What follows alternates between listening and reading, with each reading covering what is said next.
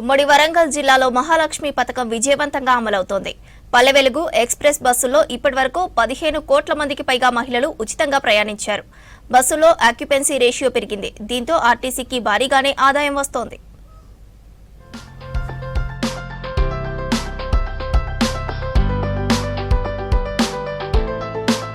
ఉమ్మడి వరంగల్ జిల్లాలో ఆర్టీసీ మహిళల సహకారంతో లాభాల బాట పట్టింది.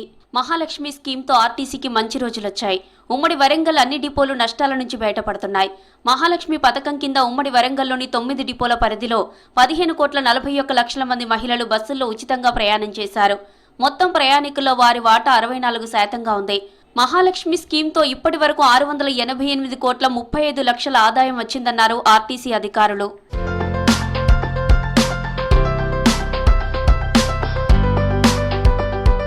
పల్లె వెలుగు ఎక్స్ప్రెస్ బస్సుల్లో మహిళలకు ఉచిత ప్రయాణ సౌకర్యం కల్పించడంతో ఆర్టీసీ బస్సుల్లో రద్దీ భారీగా పెరిగింది.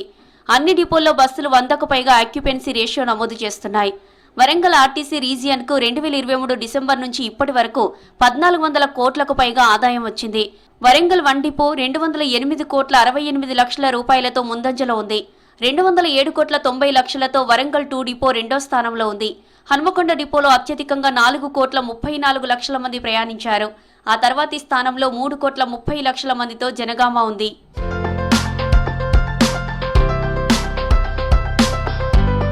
వరంగల్ రీజియన్ పరిధిలోని డిపోల్లో రోజుకి దాదాపు 4 లక్షల మంది ప్రయాణం చేస్తున్నారు. వారిలో 3 లక్షల మంది వరకు మహాలక్ష్మి స్కీమ్ కింద ప్రయాణించే మహిళలే ఉన్నారు. జనగామ డిపోలో అత్యధికంగా మహాలక్ష్మి పథకాన్ని వినియోగించుకున్నారు. ఈ డిపోలో 2,26,00,000 మంది ప్రయాణం చేశారన్నారు RTC RM Vijayabhanu. Janagama depot పరిధిలో 109 కోట్ల రూపాయలను మహిళలు ఆదా చేసుకున్నారని చెప్పారు. రోజువారీ పనులు చేసుకునే మహిళలకు మహాలక్ష్మి స్కీమ్ ఎంతో ఉపయోగపడుతుందన్నారు Vijayabhanu. Warangal RTC RM 21 July 2025 వరకు మనం చూసినట్లయితే 2,26,00,000 మంది అక్కడ ప్రయాణం చేయడం జరిగింది. అట్లాగే అక్కడ ఒక్క జనగామ డిపో పరిధిలోనే 109 కోట్ల రూపాయలు మరి మహిళలుకి ఆదా చేయడం జరిగింది. ఇది చూసినట్లయితే మనకు ముఖ్యంగా రోజువారీ పనిచేసినటువంటి మహిళలకు ఇది చాలా ఉపయోగకరంగా ఉంటుంది. మహాలక్ష్మి పథకంతో ఉమ్మడి వరంగల్ జిల్లా ఆర్టీసీ బలపడుతుంది.